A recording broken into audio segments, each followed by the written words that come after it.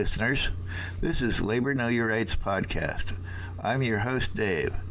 Good evening. This is James Napolitano, the International Vice President of the National League of Justice Security Professionals, where members come first. Contact information can be found in the show notes, including our toll-free number, which is 1-855-625-8610. Please check out Life on Record, a gift of recorded messages for any special occasion to a loved one. See our show notes for details.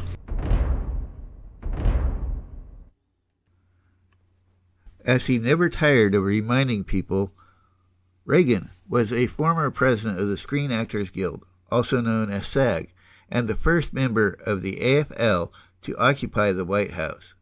The union air traffic controllers had been impressed enough with Reagan's labor bona fides, and by a statement of support he gave the union while a candidate to buck the trend of the wider labor movement and endorse him over incumbent Jimmy Carter in the elections of 1980. But despite Reagan's union affiliation in Hollywood and his oft-cited admiration for Franklin D. Roosevelt, he had in fact never been entirely comfortable with either the collective nature of labor organizations or the means by which they sought their objectives. Movie studios were perpetually strained by tight budgets and schedules and viewed work stoppages as potentially calamitous, while the industry's transience resulted in non-standardized hiring practices and harsh working conditions, as well as in inhibitions against labor organizing. In 1927, Louis B. Mayer, head of Metro-Goldwyn-Mayer MGM, formed a company union, the Academy of Motion Pictures, Arts and Sciences, intended to thwart the formation of independent unions. The Academy succeeded at gathering numerous Hollywood professionals under its umbrella and did produce labor contracts, but it also enforced management-friendly regulations, including salary caps, limits on the activities of talent agents, and rules prohibiting studios from poaching one another's stars.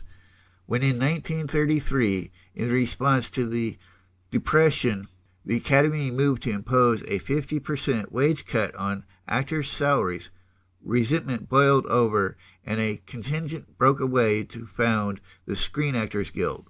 SAG's first success was shaking free of the controlling rules the Academy had put in place, limiting actors' freedom to chart their own careers.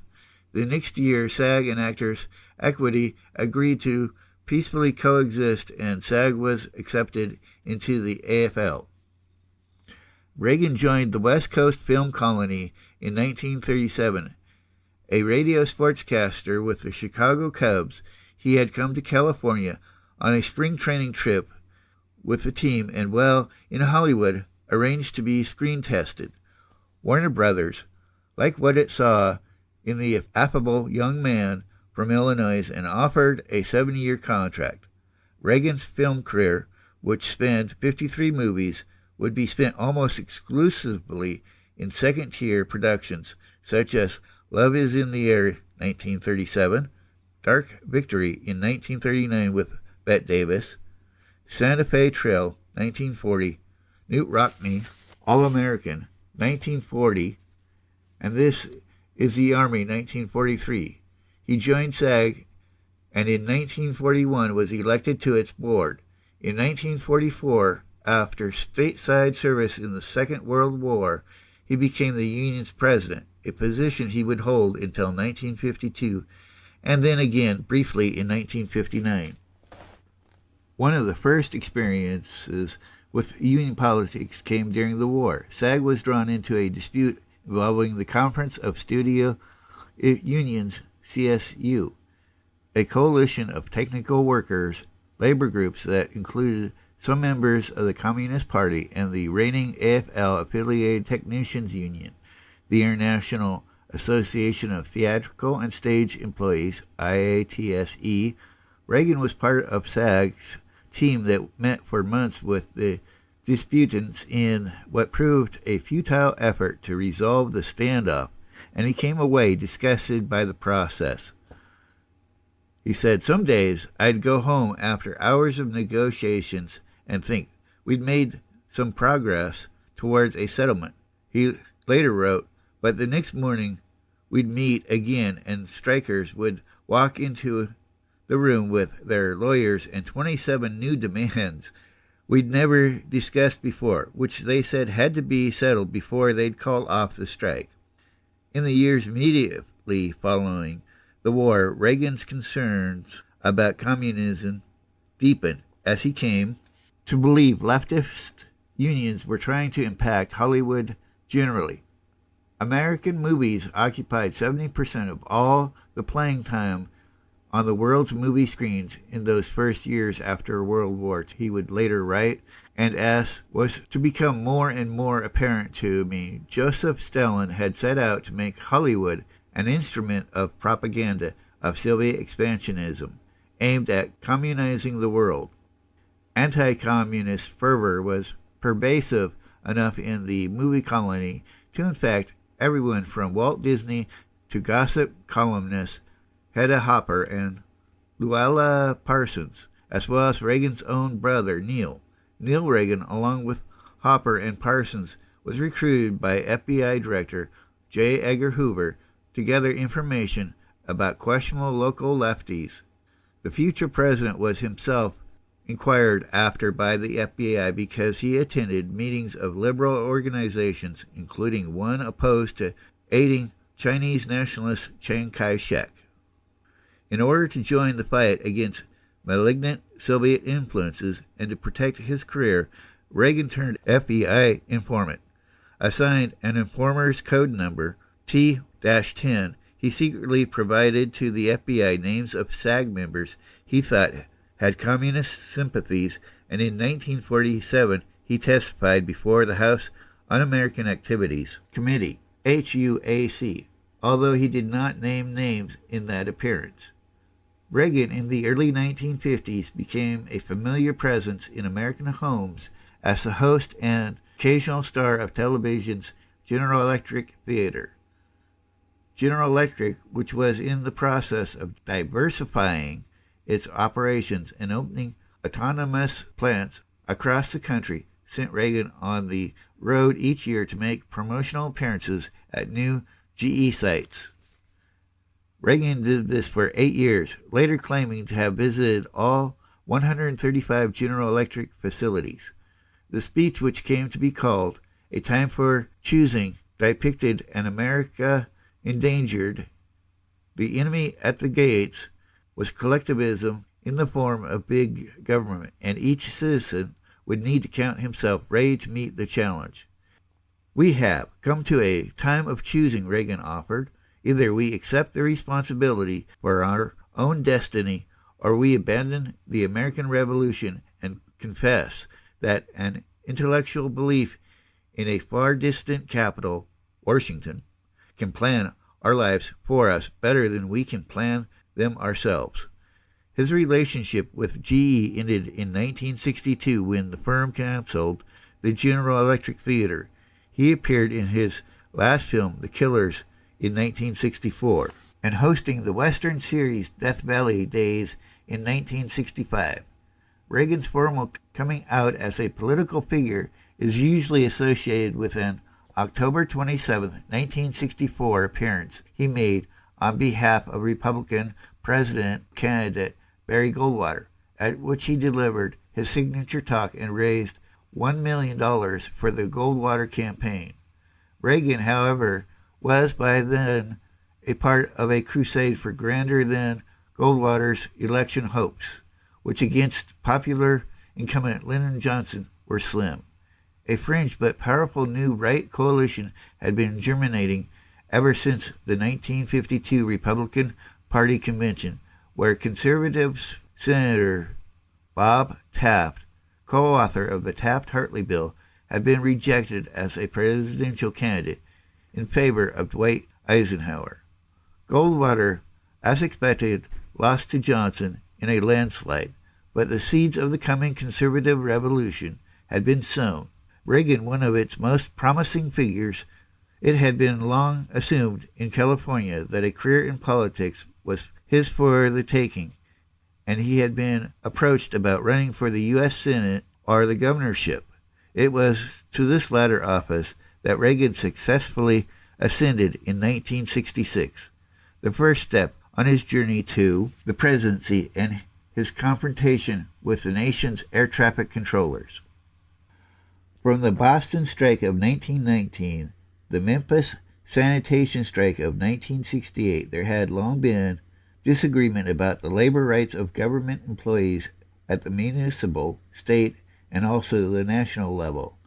In January 1962, President John F. Kennedy issued an executive order allowing federal employees to form unions and collectively bargain, and the Postal Reorganization Act, passed in 1969, established a means for binding arbitration in the face of labor stalemates involving postal employees.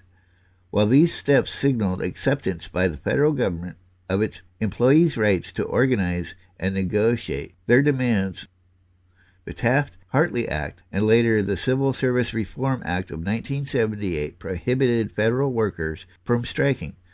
But could Americans in the nation's employ really be expected to forego so fundamental a weapon? By 1981, the government was increasingly hiring contract services from the private sector, meaning that at some work sites, a federal employee who was not at liberty to strike might work side by side with someone who is free to do so. The Professional Air Traffic Controllers Organization, PATCO, founded in 1968, made it clear that they would defy the act. In the year of their founding, they launched what it called Operation Air Safety, a deliberate slowdown of traffic at the nation's hub airports. The next year, the 17,000 members staged a 3-day sickout.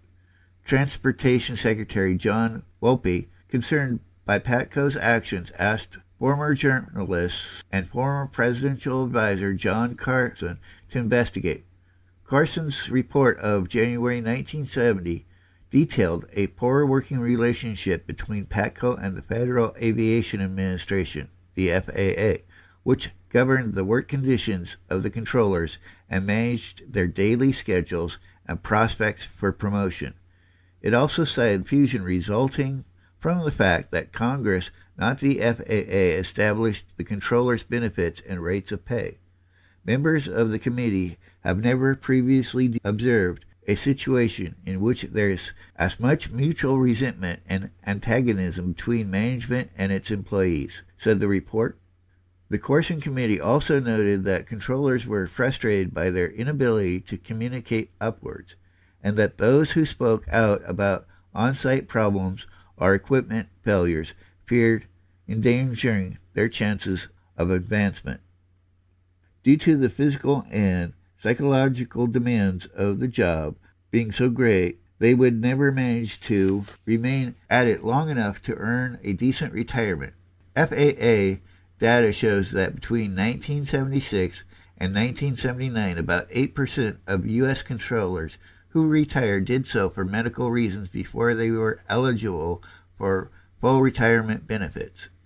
Senator Daniel Fung, a member of a Senate Civil Service Committee, found it ironic that a blackjack dealer in Las Vegas is generally relieved from his duty after 40 minutes of dealing because of the monotony and mental stress of keeping up with a deck of cards, while an air traffic controller responsible for moving airplanes in and out of a busy airport will frequently remain on the radar scope for 4 hours without relief.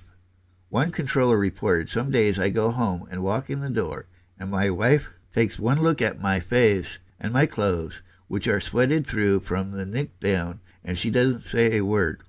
She sends my son to his room, and she makes me a drink, and we don't talk for 2 hours." Their work's uniqueness created a militancy among the controllers as well as a distinct sense of pride. Most had developed their skills in the military, many in Vietnam, and the FAA training they experienced included an 18-week training course so rigorous a significant percentage of the trainees were eliminated. The controllers, even as they resented being taken for granted, saw themselves as elite, excelling at a job few people could or would do. In March 1970, when 2,200 controllers staged a massive sick-out that lasted for 20 days, the Air Transport Association, ATA, representing the major airlines, obtained a court order sending the controllers back to work under the threat of lawsuits and fines. The ATA stopped short of demanding the fines, but as part of the negotiated settlement, PATCO was forced to accept a permanent federal injunction forbidding the union from engaging in concerted actions such as strikes, stoppages, or slowdowns. In the event of any such stoppage, the union could be fined $25,000 per day. The controllers found a legal way to defy the injunction by insisting on the mandated 5-mile horizontal separation between aircraft.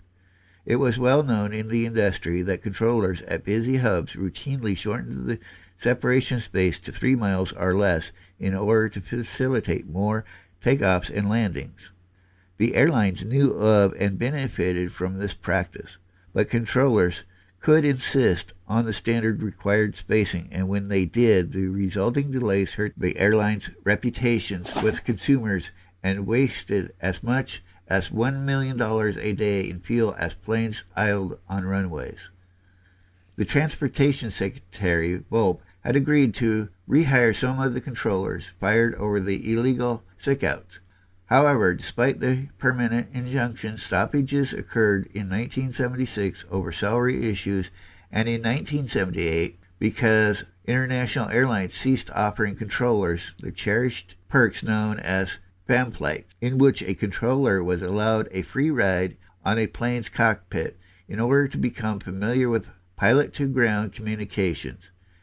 Everyone in the industry knew the privilege was abused for the controller's personal travel, but it was nonetheless seen as disrespectful when it was taken away. PATCO did have some success with the help of the Corson Report and other publications in educating the Washington and the public to the idea that air traffic controllers deserved special considerations because their jobs were both crucial to the public and extremely high stress. By 1980, the controllers had won from Congress retirement at age 50 with full benefits if they had 20 years of service in. PATCO had also amassed a $5 million nest egg based on dues income as well as separate subsistence trust worth almost as much, which was, albeit not in name, a strike fund. In June 1980, PATCO's executive board ousted the union's president, John Layden, after 10 years as president, installed a more militant Robert Poley, who had been vice president, who moved quickly to replace top union staff and attorneys with his own loyalists.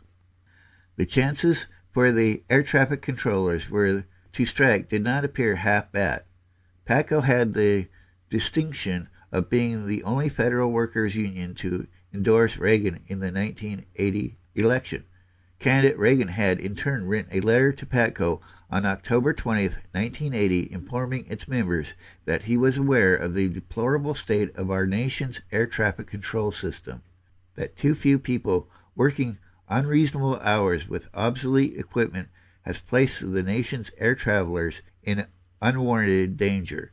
He assured them that as President of the United States, he would take whatever steps are necessary to provide our air traffic controllers with the most modern equipment available and to adjust staff levels and work days so that they are commensurate with achieving a maximum degree of public safety. Reagan had met privately with Poley on October 23rd to accept PATCO's endorsement, and Poley had come away believing his union had Reagan's support. The PATCO leadership, along with most Americans, then watched approvingly as the newly inaugurated president held the valiant struggle of the Polish shipyard workers' movement, Solidarność, led by Lech Walesa. Emulating the Polish Unionists, PATCO members adopted the term solidarity and began referring to fellow members as brothers and sisters. Historically, the controllers had reason to think a strike would go their way, as other work actions on the federal employee level had shown. A 1970 wildcat postal strike in which 175,000 of the nation's 600,000 postal workers walked off the job, and precedent set at the time by President Nixon, federalizing National Guard soldiers to deliver the mail in place of the missing mailman. Nixon did not invoke the laws that would have declared the strikers felons, nor threatened to fire them. Instead, his Secretary of Labor, George P. Shultz, with the AFL-CIO's George Meany serving in an advisory capacity, sat down and hammered out terms for better wages and a restructuring of management employee relations in the postal system. The striking workers returned to their mail routes. More recently, when in 1980 controllers at Chicago's O'Hare Airport staged a slowdown because the FAA had refused to pay them a special stress bonus, the administration of President Jimmy Carter did not enforce the permanent injunction or seek to fine PATCO. On June 22, 1981, Poley and Secretary Lewis discussed a provisional new contract package. Lewis described it as the best the administration could do. Since Reagan was seeking to reduce government spending, it offered a raise of $4,000 per year, technical improvements in their workplaces, steeper raises for controllers who served as instructors, a night shift raise, and time and a half after 36 hours of work in any given week. Other benefits offered included that controllers sidelined by medical conditions would receive paid retraining for less stressful jobs within the system. Poley said the offer was fair. Later he said he was inclined to accept it because by PATCO's own rules, a vote of 80% of all controllers was required to stage a walkout, and in an earlier vote, only 75% had approved such a potential action. Had the PATCO members accepted the deal as offered, estimated to be worth $40 million, and Congress had then approved it, the agreement would have represented a significant victory, since PATCO would walk away with an expanded wage and benefits package. But the members soundly rejected the pact Lewis had outlined, voting 13,495 to 616 against ratification. Poley later explained that the strike was called because of earlier burnout, because U.S. controllers work more hours than controllers other free world countries, because wages do not keep up with inflation, and because of management's attitudes that ridicule our profession and turn deaf ears to our input into aviation safety. In France, they work 32 hours, West Germany 33 hours, and Australia 35 hours, and received fewer vacations or paid sick days than controllers in major systems worldwide.